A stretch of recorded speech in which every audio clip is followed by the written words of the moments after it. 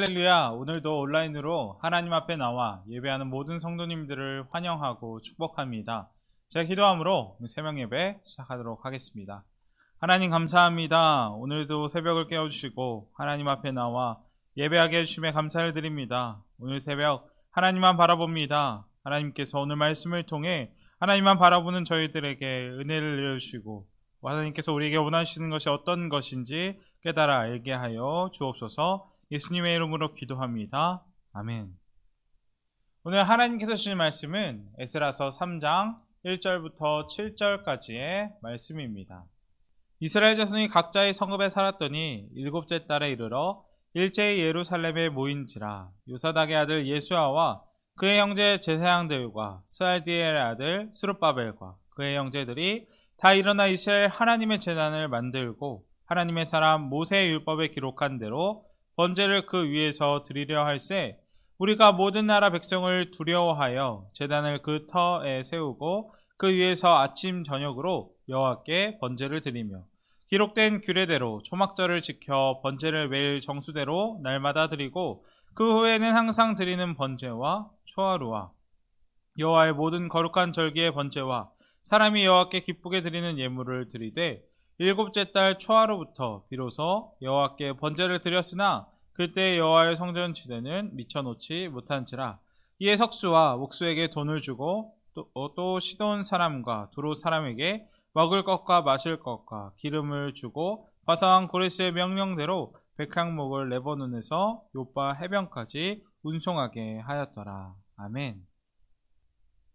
예전 아메리칸 드림을 가지고 자신들의 꿈을 가지고 신대륙을 찾았던 미국인들에게 19세기 초가 되자 두려움의 그림자가 자리 잡기 시작했습니다. 왜냐하면 바로 경제 대공황이 미국에 찾아왔던 것입니다. 길거리에는 실업자들이 즐비했고 또한 그들의 소비는 점점점 위축되어만 갔습니다. 또한 기업들은 신규 투자를 하지 않았고 길거리에는 각종 범죄가 만연하게 되었습니다. 이제 미국인들은 모든 자신들의 꿈을 접어야 하는 위기가 두려움이 그들 마음 가운데 찾아오게 된 것입니다. 그런데 이런 상황 가운데 그들의 새로운 리더로 선출된 지도자는 그렇게 두려움이 짓누르고 있는 사람들 마음 가운데 세기의 연설을 남기게 됩니다. 그 연설의 한 구절을 제가 읽어드리겠습니다. 우리가 두려워할 유일한 것은 두려움 그 자체뿐이다. 이 말은 1932년 3월 4일 미합 중국의 대통령이 된 프랭클린 루즈벨트의 연설 가운데 한 구절입니다. 분명 그 당시 미국 사회는 경제 대공황에 직면해 있었고 루즈벨트 대통령 자신조차 소아마비 후유증으로 고통 가운데 있었으며 암살의 위협을 받고 있었지만 그는 두려움을 극복해낸 것입니다. 그리고 그가 통치하는 나라를 새로운 약속의 땅으로 만들어가 지금의 미국에 있을 수 있게 만든 장본인입니다. 루즈벨트 대통령의 연설, 우리가 두려워할 유일한 것은 두려움뿐이다 라는 말처럼 두려움은 때로 우리의 마음을 짓눌러서 우리가 제대로 살아가지 못하게 만듭니다. 세상은 점점 더 어두워지고 있고 또한 우리가 선출한 지도자가 올바른 정치를 하지 못하여서 이로 인해 경제 상황은 더 이상 희망이 보이지 않는 것 같습니다.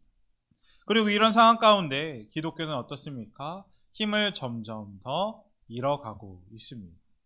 또한 우리 개인적으로는 우리 삶 가운데 어느 날 갑자기 건강을 잃을 수도 있고 예기치 못한 사고를 만나기도 합니다. 또한 사업의 실패, 가까운 사람의 관계가 어우러져 상처를 입기도 하고 배신의 상처와 오해를 받고 또한 나 혼자라고 느껴질 때도 많이 있습니다. 그리고 이런 상황 가운데 우리는 모든 꿈은 끝나는 것이 아닐까라는 그 두려운 마음이 우리의 마음을 잠식하게 된다는 것입니다. 그리고 이것은 오늘 본문의 유다 백성들도 마찬가지였습니다. 저번 주에 함께 말씀을 나누었듯이 유다 백성들은 신실한 하나님의 말씀을 따라 바벨론에서 다시 유다 예루살렘으로 돌아왔습니다. 그리고 그들은 무너진 성전을 지을 준비를 하였습니다. 그러나 우리가 알아야 할 것은 무엇이냐면 그들이 하나님의 말씀을 따라 다시 고향으로 돌아왔을지라도 그들의 마음 가운데도 미래에 대한 두려움이 있었다는 것입니다. 그리고 그것을 어떻게 알 수 있습니까? 바로 오늘 본문 3절을 보면 잘 나타나 있습니다. 제가 3절 상반절 말씀 읽겠습니다. 그들은 그 땅에 사는 백성들이 두렵기는 하지만 그들은 분명 두려워하였다는 것입니다. 왜냐하면 그들에게는 그들을 지켜줄 성벽이 없습니다. 성벽은 예전 바벨론 군대에 의해 다 무너졌기 때문입니다. 그리고 아마 그들에게는 대적과 싸울 무기, 군대도 없었을 것입니다. 게다가 사람이 살아가는 데 필요한 기본적인 의식도 확보되지 않았습니다. 그래서 그들에게는 아마 미래에 대한 두려움이 크게 다가왔을 것입니다. 그리고 이 두려움은 그들이 바벨론에서 귀환하여 이루고자 했던 꿈을 잃어버릴 수도 있는 충분한 위기의 상황이었을 것입니다. 그러나 분명한 것은 무엇입니까? 그들은 두려움에 넘어졌습니까? 넘어지지 않았습니까? 두려움에 넘어지지 않았습니다. 그렇다면 그들은 어떻게 그들의 두려움과 어려움을 극복할 수 있었을까요? 이런 두려움을 극복하기 위해서, 두려움을 넘어서기 위해서 오늘 이 시점 가운데 우리에게 회복되어야 할 세 가지를 함께 나누고자 합니다. 분명 그들이 두려움을 이기기 위해서 했던 첫 번째는 바로 공동체의 회복이었습니다. 그것이 오늘 본문 1절 말씀에 잘 나타나 있는데 1절 말씀 제가 읽겠습니다. 이스라엘 자손이 각자의 성읍에 살았더니 7째 달에 이르러 일제히 예루살렘에 모인지라. 그들은 처음에 고향에 돌아갔을 때 각자의 성읍에 흩어져서 살았습니다. 그러나 시간이 지나자 그들은 깨달았습니다. 바로 우리가 함께 모여야겠구나를 깨달았던 것입니다. 그래서 방금 1절 말씀을 보면 그들이 어떻게 했습니까? 함께 일제히 예루살렘에 모였다라고 말하고 있습니다. 우리가 이 1절 말씀에서 중요한 두 단어가 있는데 그것은 바로 일제히와 모인지라라는 단어입니다. 그들이 일제히 함께 모인 것입니다. 그들은 꿈을 안고 고향에 돌아와 자신들의 받은 사명, 꿈을 펼치기도 전에 그 꿈이 고사될 수도 있는 그 두려움 앞에 여기선 끝낼 수는 없다. 우리가 함께 이것을 고민하는 사람들이 모여보자 라고 생각하며 모이기 시작한 것입니다. 그리고 중요한 것은 무엇이냐면 주석에 보니까 여기서 사용된 일제히라는 단어는 한 사람처럼 이라는 뜻을 가진 히브리어라고 합니다. 다시 말하면 그들은 돌아왔던 많은 사람들이 한 사람처럼 모였다라는 것입니다. 아마도 그 당시 활동했던 학계나 스가랴 같은 선지자들의 메시지를 듣고 깨우침을 받아 그들이 한 몸처럼 움직였을지도 모릅니다. 그리고 그들은 이제 여러 사람이 다 다른 생각 따로따로 행동하는 것이 아니라 공동체로 모여 하나님 앞에 기도하고 예배하며 한 몸으로 회복되어집니다. 사실 성경을 보면 공동체가 하나 되어 모이는 것이 얼마나 중요한 것인지 강조되는 것을 볼 수가 있습니다. 복음서에 보면 예수님께서 하늘로 승천하시기 직전 제 아들에게 당부하는 말이 있습니다. 제 아들이 무엇을 하든지 꼭 먼저 해야 될 것이 있다고 예수님께서 말씀하시는 것입니다. 누가복음 24장 49절 말씀입니다. 볼지어다 내가 너희에게 내 아버지께서 약속하신 것을 너희에게 보내리니 너희는 위로부터 능력을 입혀줄 때까지 이 성에 머물라. 주님은 제들에게 뭐라고 말씀하십니까? 이 성에 머물라, 모이라 라고 말씀하십니다. 함께 모여 기도하여 약속하신 성령의 능력에 충만함을 입어야 한다고 강조하신 말씀인 것입니다. 그리고 이 자들은 그 예수님의 말씀을 어떻게 합니까?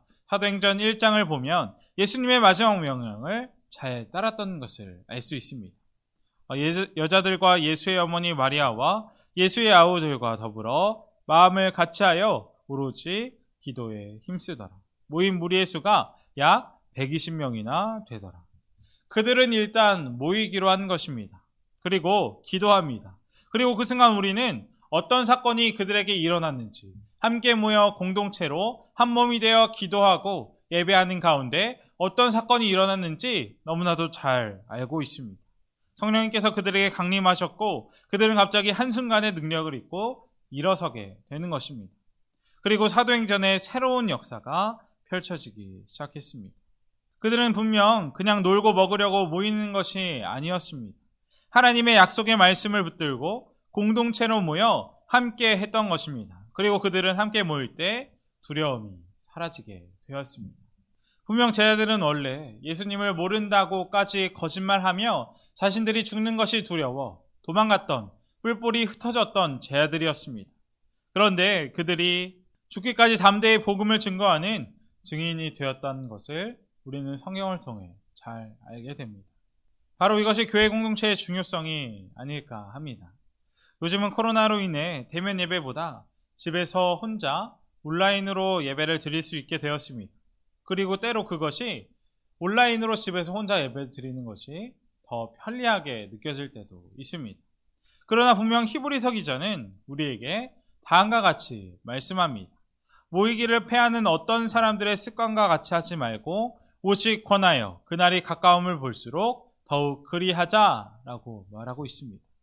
예수님께서 다시 오실 때가 가까워질수록 더욱 모이기를 힘쓰자고 히브리서 기자는 이야기하고 있는 것입니다. 왜 그렇습니까? 교회 공동체 서로를 통해 하나님을 만나고 서로를 통해 신앙의 열매를 맺어갈 수 있기 때문인 것입니다.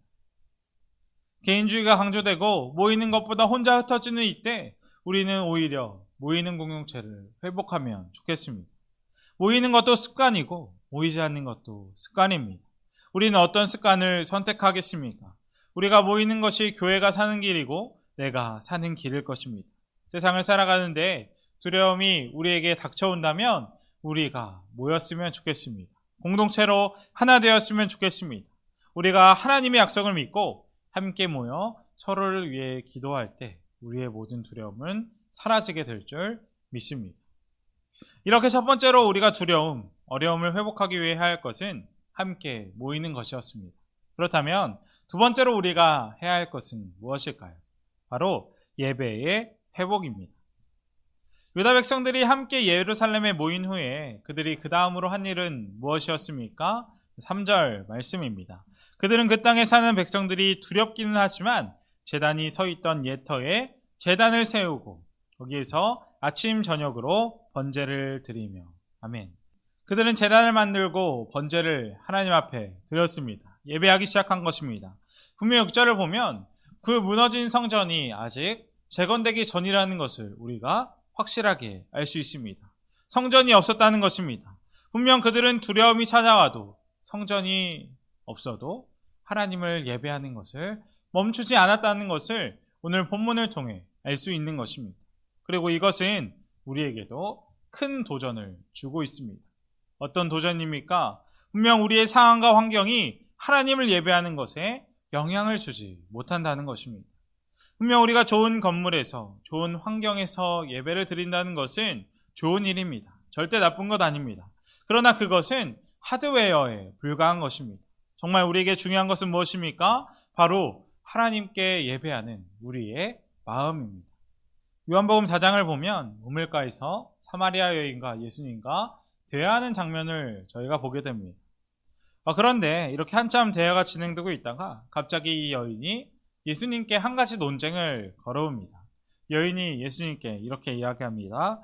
우리 조상들은 사마리아 땅에서 하나님을 예배했는데 예수님, 당신이 속한 유대인들은 왜 예루살렘 성전에서만 예배해야 합당하다고 주장을 하십니까? 라고 묻는 것입니다. 다시 말하면 이 여인은 예배의 장소가 사마리아인지 아니면 예루살렘인지를 가지고 예수님을 시험하고 있는 것입니다. 그리고 바로 여기서 예수님의 너무나도 유명한 대답이 나옵니다. 요한복음 4장 24절 말씀입니다. 하나님은 영이시니 예배하는 자가 영과 진리로 예배하시니라.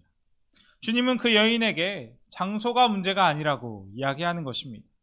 가면적이고 눈으로 볼 수 있고 유형적인 성전이 있느냐 없느냐 그것보다 본질적인 문제가 있다는 것입니다.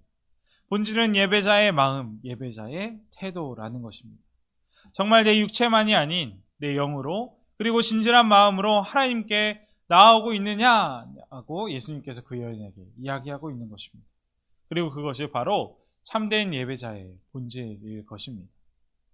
분명 영과 진리로 드리는 예배를 통해 우리는 하나님을 만나게 됩니다. 그리고 우리에게 진정한 예배가 우리 안에 회복될 수 있다면 그 예배만 회복되면 문제보다 크신 하나님으로 인해 우리의 인생의 모든 두려움은 떠나가게 될 것입니다.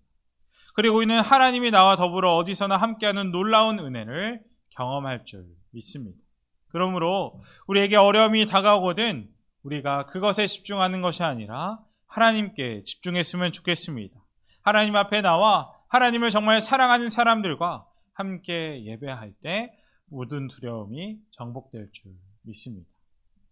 마지막으로 세 번째입니다. 두려움 앞에 유다 백성들이 한 것은 무엇이었습니까? 바로 초막절을 지켰다고 성경은 기록합니다. 4절 말씀입니다. 기록된 규례대로 초막절을 지켜 번제를 매일 정수대로 날마다 드리고.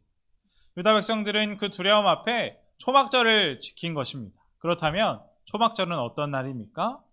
이스라엘 백성이 출애굽을 하고 광야 생활을 할 때 그들은 천막을 가지고 다니며 천막 생활을 하였습니다.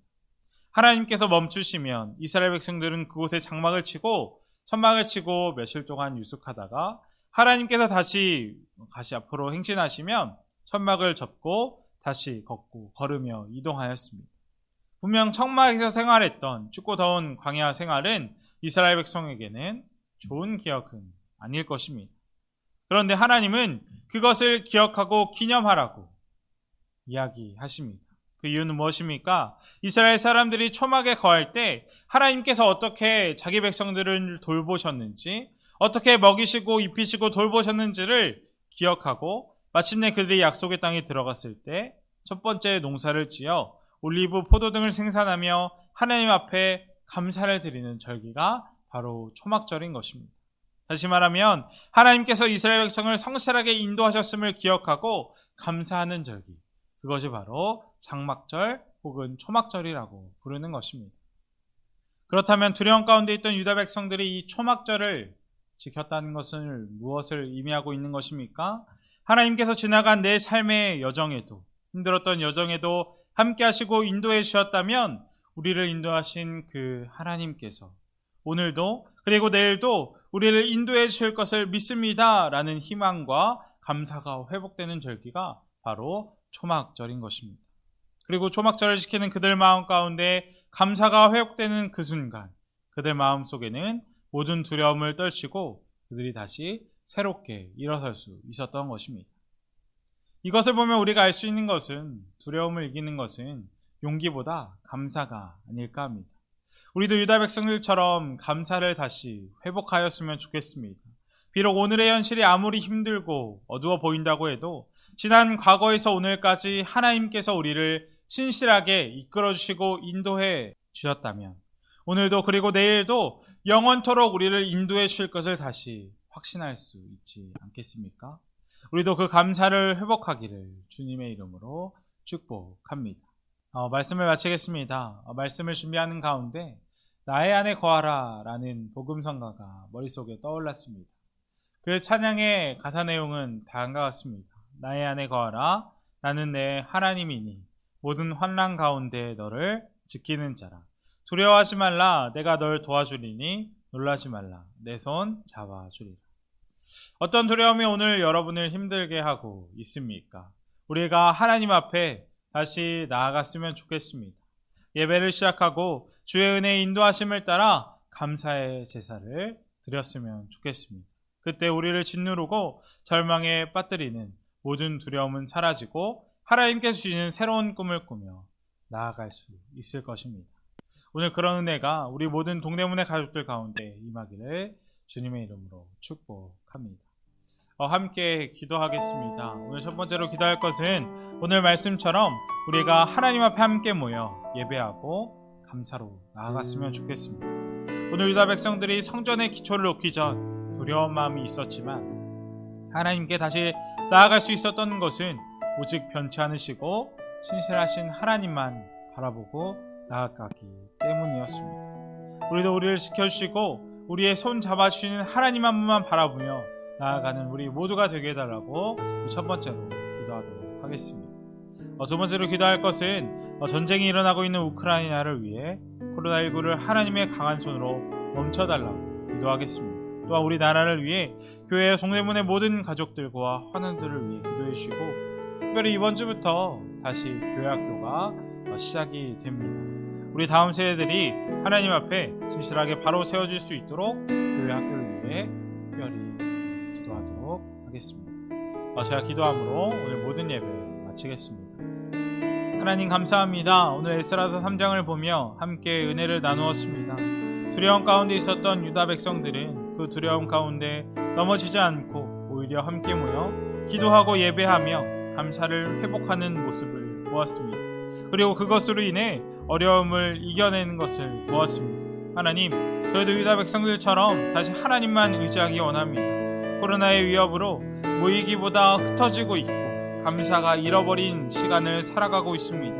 이런 어려움과 두려움 가운데 우리가 다시 함께 모여 기도하고 예배하며 감사를 회복할 수 있기를 원합니다.